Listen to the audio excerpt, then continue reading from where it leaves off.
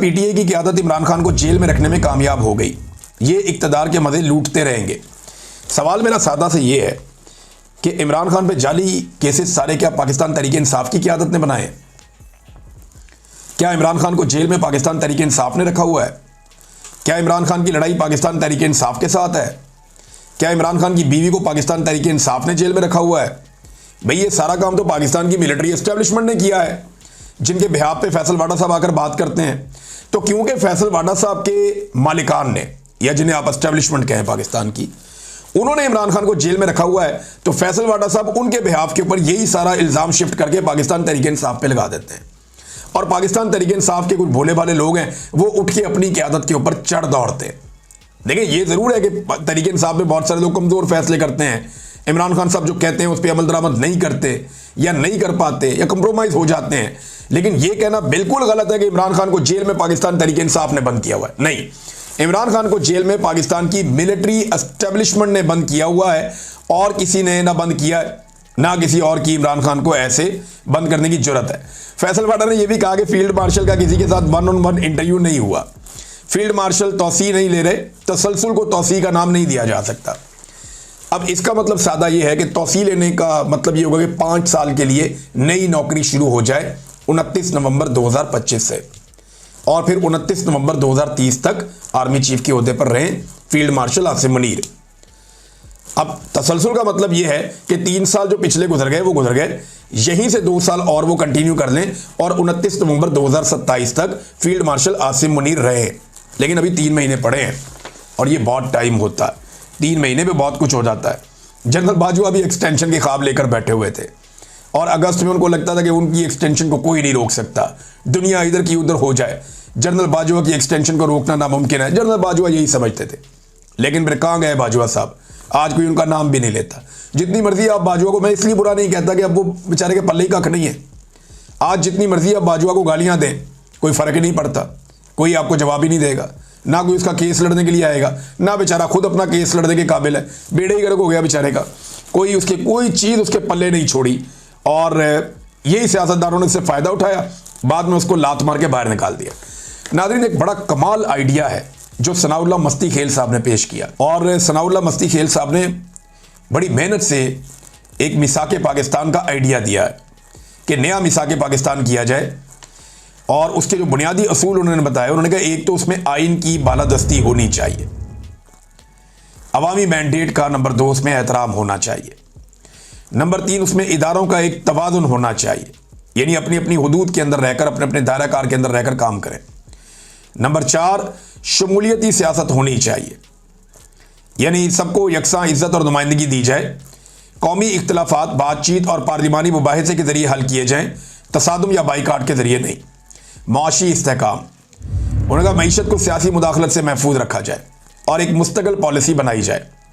Number 6 एहतसाब और शफाफियत होनी चाहिए पाकिस्तान में। नंबर 7 अवामी हुकूक और फलाही रियासत होनी चाहिए पाकिस्तान में। नंबर 8 मीडिया की आज़ादी और इजहार राय की आज़ादी होनी चाहिए पाकिस्तान में।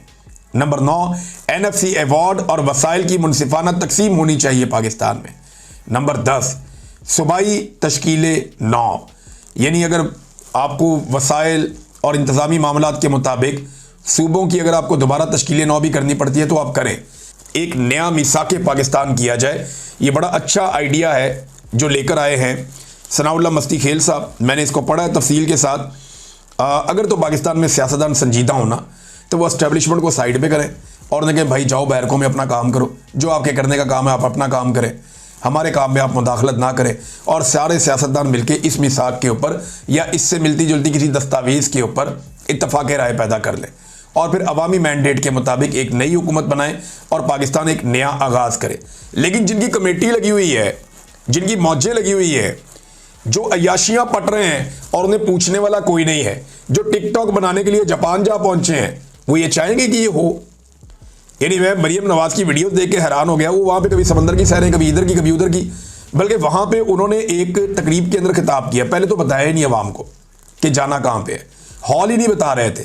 फिर बड़ी मुश्किल से जनाब हॉल के अंदर जो लोग इकट्ठे किए मरीम नवाज़ ने, वो मैं देख रहा था, यानी मैक्सिमम चंद दर्जन लोग होंगे जो वहाँ पर उनकी तकरीर सुनने के लिए आए। जितने बंदे स्टेज पे उन्होंने साथ बिठाए हुए थे ले जाके पाकिस्तान से। अच्छा, ये जो बंदे गए हैं ना, मैंने ये भी पता करवाया, इनमें काफ़ी बंदे जो हैं वो बजरिया थाईलैंड वो पहुँचे हैं और वो पाकिस्तान के हैं, जिनको रिसीव करने के लिए एयरपोर्ट पे PMLN के या मरीम नवाज़ के लोग बाकायदा गए थे। तो कुछ तो उन्होंने ऑडियंस पाकिस्तान से मंगवाई, कुछ जो बेचारे वहाँ पे एम्बेसी का अमला उनके रिश्तेदार हैं उनको बुलाया, और कुछ PMLN के ओहदेदार हैं थोड़े से उनको बुलाया। तो ये चंद दर्जन लोगों के साथ मरीम नवाज़ ने खिताब किया और खिताब करते हुए कहा मुझे तो ऐसे लग रहा है जैसे लाहौर में जलसा हो रहा है। तो एग्जैक्टली बिल्कुल ठीक बात की है। अब लाहौर में जलसा हो या जापान के एक बंद हॉल के अंदर हो, PMLN की हालत यही रह गई। जितने बंदे वो लाहौर में इकट्ठे कर सकते हैं उतने वो कहीं भी इकट्ठे कर सकते हैं, क्योंकि लाहौर में भी इनकी मंजी ठुक गई है, बेड़ा गर्क हो गया मियां नवाज शरीफ की सियासत का, और करने वाली उनकी बेटी और भाई है, और यही हालत इनकी पूरी दुनिया के अंदर है। मरीम नवाज के मुंह के ऊपर लोगों ने चोर चोर के नारे लगाए, मरीम नवाज के मुंह के ऊपर लोगों ने वहाँ पे इनके वालिद के खिलाफ और इनकी हुकूमत के खिलाफ नारे लगाए। ओवरसीज़ पाकिस्तानी जो है वो बड़े जोश के साथ निकले हुए थे, उन्होंने काफ़ी एहतजाज किया है वहाँ पे मरीम नवाज के खिलाफ, और ये कहते रहे कि जाली हुकूमत है, इनको कोई हक नहीं पहुँचता, और काफ़ी नारेबाजी वहाँ पे हुई है।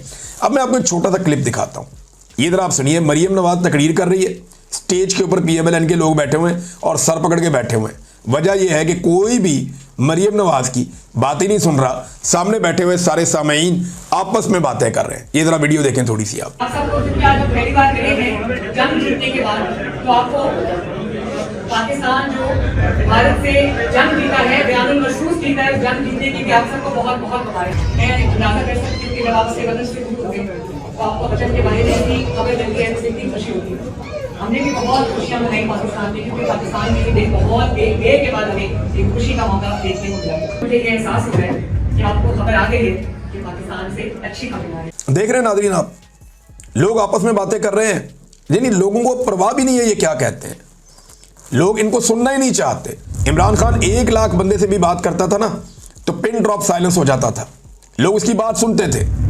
यहाँ पे चंद दर्जन लोग हैं वो चुप नहीं हो रहे, उन्हें पता है यार छड्डो पड़ा दफा करो, ना इनका मैंडेट है ना कुछ और है। वो बेचारे किसी की सिफारिश पे आगे, कोई कहाँ से आगे बैठा हुआ है, किसी का कोई काम फंसा हुआ है, किसी को कहीं से टिकट दे के लाए हुए हैं, कोई बेचारा अपनी नौकरी के चक्कर में बैठा हुआ है वहाँ पे। तो ये सारे लोग वहाँ पे अपनी अपनी बातें कर रहे हैं, मरीम नवाज को सुन कोई नहीं रहा। और वहाँ पे दावे क्या हो रहे हैं, नंबर 1 कि महंगाई 40 से 3% पर आ गई। तो आज जरा मैं आपको क्लियर कर दूं कि 40 रुपए वाली कोई भी चीज़ 3 रुपए की नहीं हुई। ये धोखा नहीं खाना आपने कि 40% से 3% पर आ गई। इसका मतलब ये नहीं है कि ये चीज़ पहले 40 रुपए की मिलती थी अब 3 रुपए की मिलती है, ये नहीं है। वजह यह है कि पहले ये चीज़ 40% की रफ्तार से बढ़ रही थी इसकी कीमत, और अब इतनी बढ़ गई है कि आम आदमी की पहुंच से बाहर हो गई है। अब इसको 40% की रफ्तार से नहीं बढ़ा सकते, अब 3% की रफ्तार से बढ़ा रहे हैं। महंगाई बढ़ने की शरह कम हुई है, महंगाई कम नहीं हुई। कोई एक चीज बता देना, आटे की थैली गुज़िश्ता 20 दिनों के अंदर कोई 150 रुपए बढ़ गई है, ये 20 किलो वाली। ये अभी की बात मैं आपको बता रहा हूं, वो पुरानी बात नहीं कर रहा। चीनी 200 रुपए किलो के करीब पहुंच गई है, तो महंगाई कम कैसे हो गई? पेट्रोल कहां से कहां पहुंच गया, महंगाई कम कैसे हो गई? बिजली 4 गुना कीमत बढ़ गई, गैस की 8 गुना कीमत बढ़ गई, तो महंगाई कम कैसे हो गई? अब तक के लिए इतनी, अपना ख्याल रखिएगा, अपने चैनल का भी। अल्लाह हाफिज़।